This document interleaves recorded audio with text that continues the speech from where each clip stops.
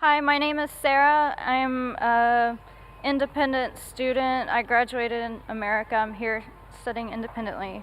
As you have stated, Jesus never does claim divinity in the Bible. In Revelation chapter 1, I can't read the whole chapter because it would take a very long time, but Jesus is speaking, and he says, "Do not be afraid. I am the first and the last. I am the living one. I was dead, and behold, I am alive forever and ever. I hold the keys of death and Hades."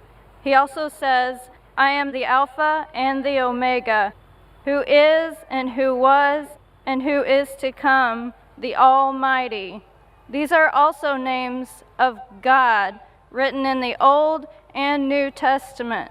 And I don't see how that does not show that Jesus is not genetically the Son of God, but spiritually the Son of God. The sister asked her question. She quoted Revelation chapter number 1. She didn't give the verses. She's talking about the first 20 verses.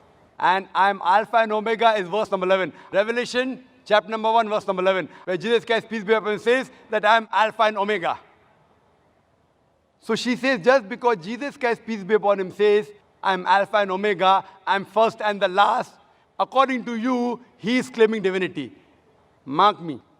I had said there is not a single unequivocal statement, not a single unambiguous statement in the complete Bible where Jesus Christ, peace be upon himself, says that I am God, or where he says, worship me.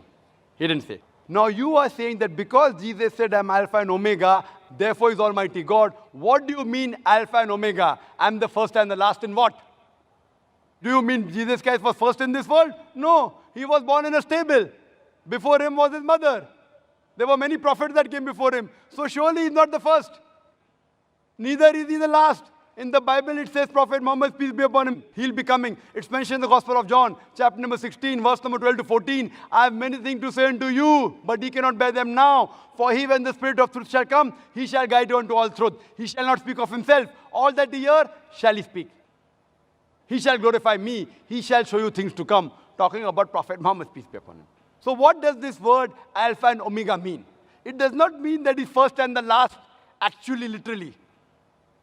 Because there were many people who came before him, and there are many people who came after him. What does it mean? That in the law of God, whatever the messenger says, the law of God is first and last. At the time of Moses, Moses was Alpha and Omega as far as the law of God was concerned. Whatever he taught had to be followed. At the time of Jesus, Jesus Christ, peace be upon him, his teachings were Alpha and Omega. It had to be followed. At the time of Prophet Muhammad, peace be upon him, his teachings are Alpha and Omega. It is the first and the last. It does not mean that he claimed divinity. So therefore I said, any unambiguous statement, if you literally mean he was first and last, if you read the Bible disagrees. There were many people who came before Jesus Christ, peace be upon him. He was born in the womb of the mother. And various people came after him also. So surely, sister, therefore I said, unambiguous, unequivocal statement. Hope that answers the question.